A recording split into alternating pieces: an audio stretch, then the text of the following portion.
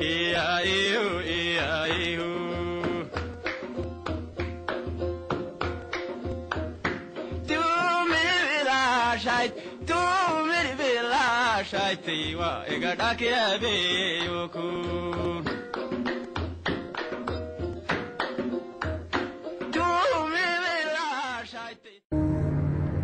the outer courtyard of the Amun temple at Dangeil, another story of destruction may be unfolding.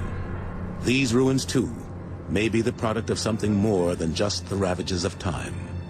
This temple seems to have been abandoned for some reason, and we're not quite sure why. From beneath the ground comes evidence of a catastrophic moment in Dangeil's history. It's a long piece of palm wood, but it's been incredibly badly burned. You can see this is charcoal, and you can see actually little bits of the palm beam breaking up as it's disintegrating. We're actually finding the real part of the roof beam that fell in after a big, big fire in this forecourt.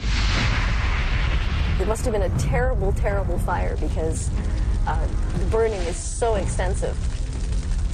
And you can see traces of this fire on the columns, on the floor, and we actually have a piece of it preserved.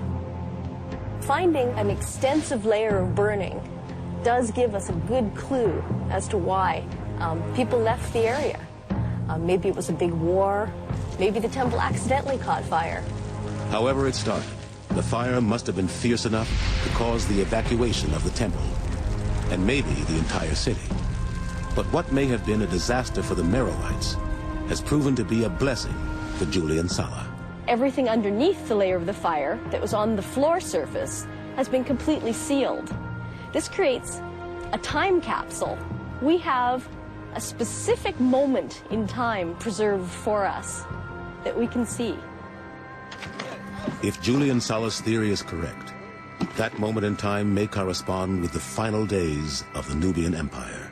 Scholars know little about this period, but excavations at Dangeil could help explain how and why the powerful kingdom came to an end.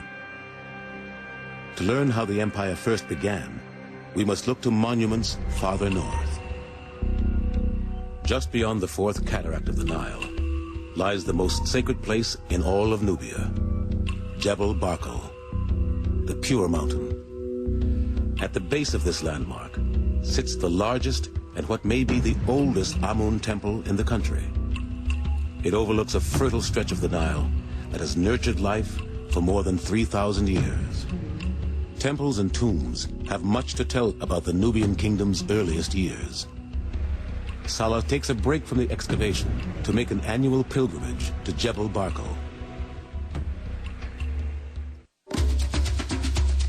Salah trades the green, lush valley of the Nile for the inhospitable terrain of the Bayuta Desert. The journey will take him 110 miles to the northwest, along a route steeped in history. He follows the same path the great kings and queens of Nubia would have traveled to reach the temples at Jebel Barkal. It is very hard, very rough, very difficult drive, but I like it very much. The farther Salah gets from the Nile, the harsher the terrain. Here, only a few scattered wells provide a lifeline to the people of the desert.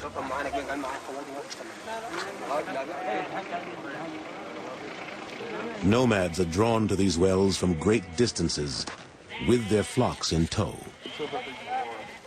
They seek water, more precious here than gold. The well is also a blessing for travelers like Salah, driving across the desert. By car, he can cross the Bayuta in one long day. But for the ancient Nubians, it would have taken weeks. At the end of the road lies Karima, the town where he was born, nestled at the base of Jebel Barkal. The mountain itself have a great volume when you see it with the rest of the plain around it. And all of a sudden you have a mountain rising up 100 meters high. So it is very impressive. For the young Salah growing up at the foot of the sacred mountain, Jebel Barkal and the ruins around it were a constant presence. I like this mountain when I was a child. I used to come here every Friday. and it was fun for me and my friends. At the same time, for me, these ruins were a mystery. I was very curious to know what was it about, the mystery of the mountain.